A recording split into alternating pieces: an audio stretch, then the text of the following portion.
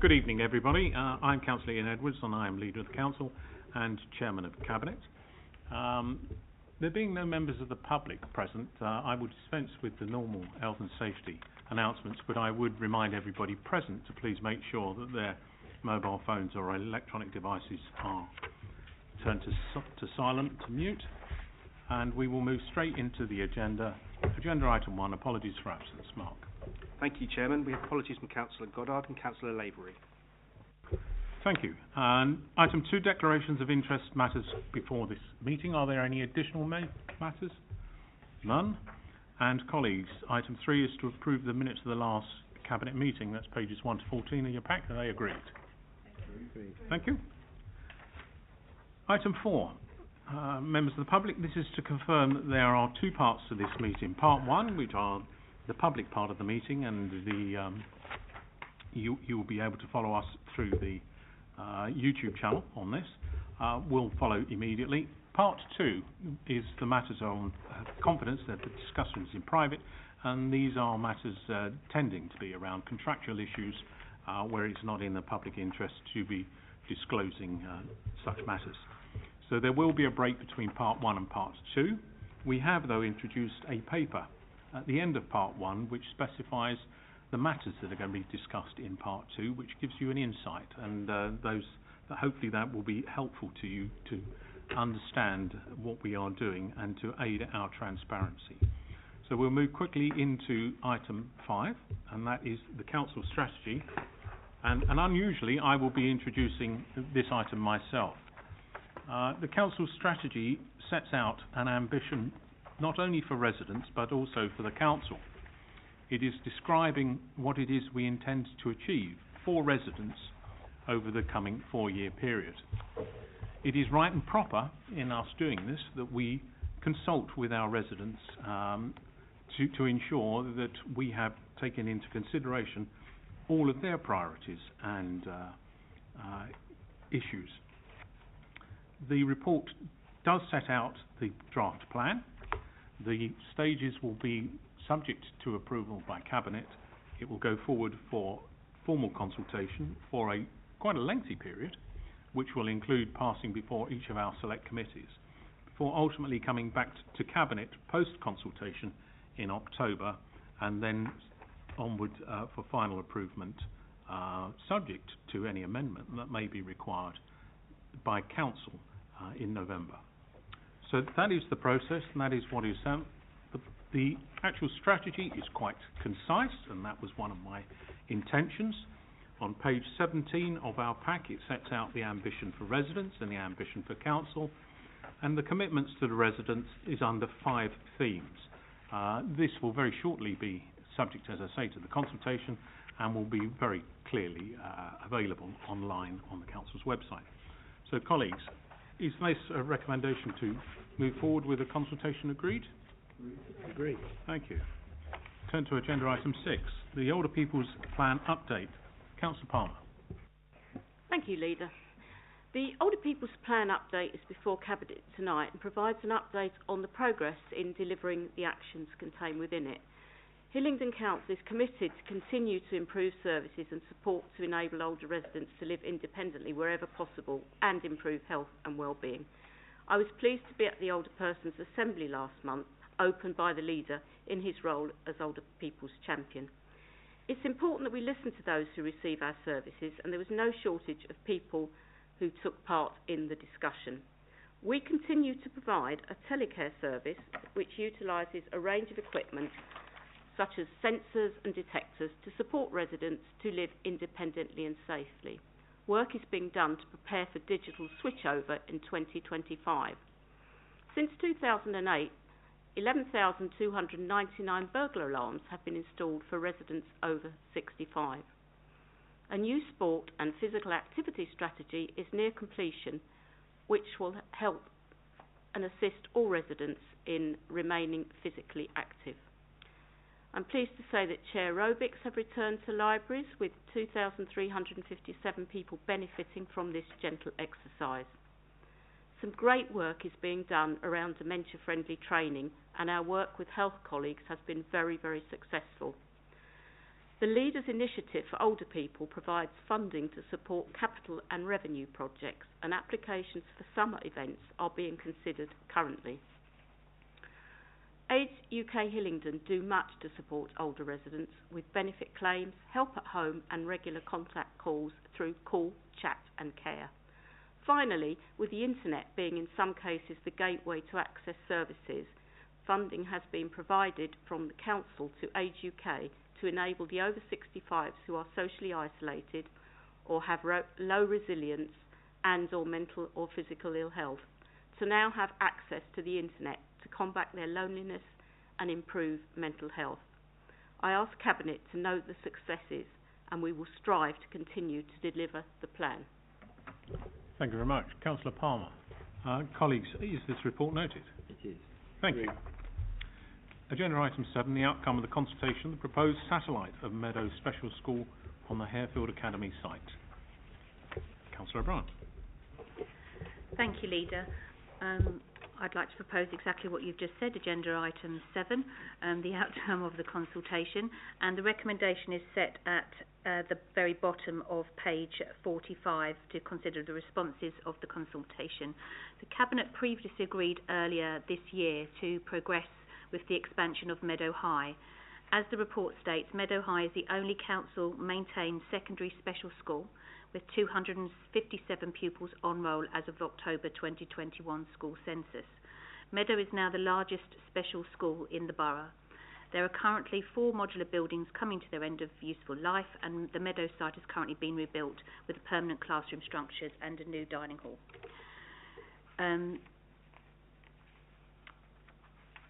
The consultation is on pages 100 and, apologies. The consultation pages are on page 52. I think it's fair to say that there was, with the consultation programme that they were talking about in advance of the consultation going out, with the information that they were sending out, it responded to 4% of parents that are currently within the school being part of the conversation, and only 2% of staff actually made and raised any questions with regard to this consultation. So it's very fair to say that Meadow have done an awful lot of work for reading. Obviously, the rest of the information is on the back of the paper. What will also happen when Meadow, so the pathway 1 is the pathway that has moved over to Harefield, and that is to the pathway. They've got 3 pathways at Meadow, and they all meet individual mix of learning difficulties, physical and social, and other needs. There are currently 65 pupils on pathway 1 that will move to Harefield, and that will then increase to 90. So all in all, this is a very good news for us. This is also part of the dedicated schools grant safety valve, and I very much welcome that this consultation has come to tonight's table, and just note the response and we move forwards. Thank you very much, Councillor O'Brien. Is this report noted? Noted. Thank you. Agenda item 8, the Carer Strategy Update. Councillor Palmer. Thank you, Leader. This cuts across my portfolio and Councillor O'Brien, and I think she will say something else about it in a moment. But before she does, so the report before us provides an update on the implementation of the 2021-22 Carer Strategy Delivery Plan. I will be asking Cabinet in a moment to approve the plan and approve the plan of 22-23 and note the progress of 21-22. There is an existing contract with the Carers Trust Hillingdon with an approved budget of 659k and an addition of 143k for respite and other support included within the Better Care Fund. The work of our carers in Hillingdon is to be hugely respected, as it supports friends and family to live an independent life at home. The cost on a carer's life can be considerable, with health and financial implications. Many of these carers are young people. Hillingdon has a duty under statute to undertake carers assessments for adults and young people under 18. Following this assessment, the main offer of support to young and adult carers comes through the carer support contract between the Council and the Carers Trust. there's a diagram on page 94 which sets out those partners who support our carers. It's the responsibility of the Carers Strategy Group to oversee the development and delivery of the Joint Carers Strategy, and I would like to thank Councillor Hagger, who was the Council's Carers Champion, in helping to bring this work forward. Much good work has been achieved, including a leaflet, Am I a Carer?, which can be accessed on our website, and training on the role of a carer to all our new staff. I note in the report the comments by the Health and Social Care Select Committee, and I will ensure that they have continual scrutiny on this delivery plan. Before I ask for the Cabinet's approval, I'll hand over to Councillor O'Brien. Councillor O'Brien. Thank you, Leader, and thank you to Councillor Palmer, who introduced the agenda. I'll keep my comments this evening just to the young carers, and that's those who are under the age of 18 years of age. So the report states that as of the 31st of March 2022, the Carers Trust have identified 970 young carers. The last couple of years have been a challenge, especially for young carers, and attending school for some children and young people feels like a chore, but for some of our young carers this is a respite from a break of caring and a respite break from caring. And although some of our young carers are in close family relationships, some live in chaotic home situations. Last year, a support worker from the family support team embedded into the community mental health team, and I'm pleased to report that this position has been retained. This gives our young carers access to the right qualified professionals when they need it. This year, some of our young carers will finally benefit from some real respite, with the day trip of up to 45 young carers going to Bournemouth in August 2022. It's fair to say that many of our young carers have never even seen the sea, so this is welcome for them. And this coming December, 25 young carers will take part in the Christmas trip to London Zoo for the Santa Paws experience. Once again, some young carers will never have been to a zoo before, and this will be a wonderful opportunity for them to enjoy a shared experience and to tell everybody about it when they go back to school in January. This has actually been paid for by the Council's Youth Fund. In addition, the Trust's Young Carers team have been linked up with the Council's Holiday Activity Fund coordinator to ensure that young carers who qualify are referred to the service to get a summer holiday activity programme as part of that as well. I'm also pleased to note that on page 96, the review for assessing the needs of young carers and recording outcomes has been completed via an early help assessment which refers into the Safeguarding Families portal, and a school liaison officer's post has been established to link in with the Carers Trust. I support this recommendation and obviously hand back to Councillor Palmer through you, Leader. Councillor Palmer. Thank you, Councillor O'Brien. So I would be asking that the Cabinet note the progress of 2021-22 and approve the delivery plan for 2022-2023.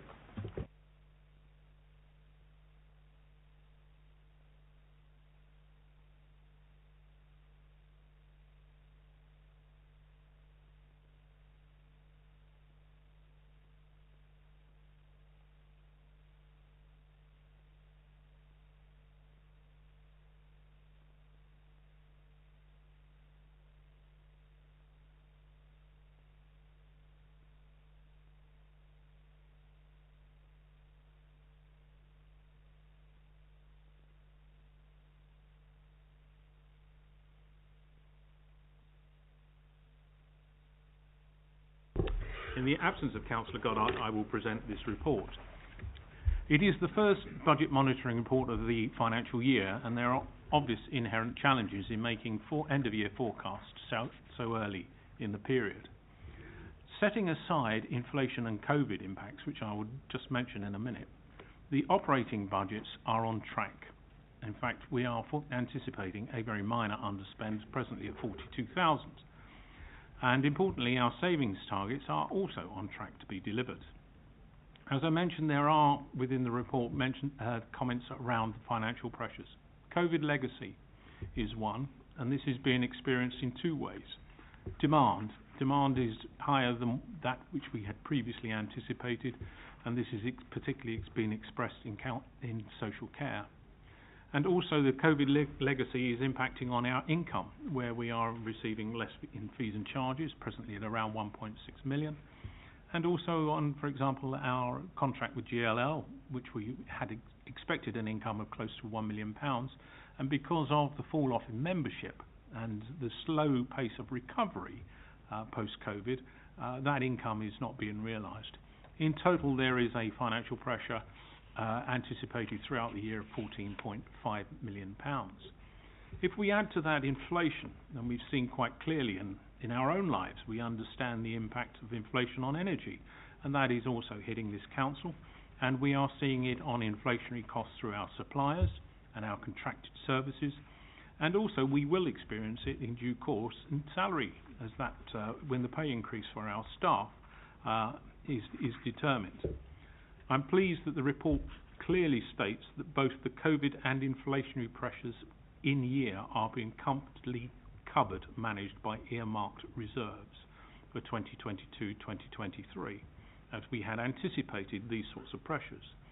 I'm pleased to say, as the report states, there will be no call on general reserves anticipated for the year, and we should finish the year as we started at £26.7 million. Obviously, at this stage of the year, it's good to know that we are on track. However, this report is signalling to us the need to increase our savings targets looking forwards to enable us to offset the COVID and inflationary pressures that become embedded within our cost base. More clarity of this will be available by autumn, and we will be bringing that back to Cabinet in due course. Colleagues, I invite you all to note the report as Part A and agree the 5 specific recommendations A to E, page 21 of the additional paper. Is that report noted, and are the recommendations agreed? Noted and agreed. Thank you. Members of the public, that takes us to the end of Part 1. We will now break to move into Part 2. Oh, my apologies. We will talk about Paper 10. Paper 10 is normally one that is just included within the pack for information of the public. But however, Councillor O'Brien wishes to mention one of the items on item 10, which is a helpful new development. So, Councillor O'Brien. Thank you, and apologies for my jazz hands there. Just wanted to make sure that we were still able to be part of the Part 1 item. So thank you, Leader. I would like to make a comment in Part 1 under Agenda Item 10 regarding Item 13, which sits in Part 2, but it's for the grant of a lease for Brookfield Adult Education Centre. As you are all already aware, that adult education at the Brookfield site has been relocated to the Civic Centre, ready for the forthcoming academic year this September. Therefore, I'm extremely pleased that we've been able to accommodate Orchard Hill Specialist College, the transfer to the Brookfield site. This is an excellent example of how this council is investing in young adults with special educational needs to fulfil and progress on their own life journey. Currently, Orchard Hill College provides 73 places in the borough. However, this move will allow the college to provide an additional 30 places. The lease of the site for the continued educational purposes to Orchard Hill also supports our dedicated schools grant recovery plan and provides a positive income to the general fund. And I welcome this report as it comes through later on. Thank you. Thank you very much, and I'm glad we didn't omit that, because it is a very important point that you're making here, and to get into the public domain, not only the service benefits that are going to arise out of this change, but also the efficiency gains that we are gaining as a council through this change, and that is part of the mission of this administration, so I'm grateful to you for those jazz hands. If we may now, we will move into Part 2. Thank you.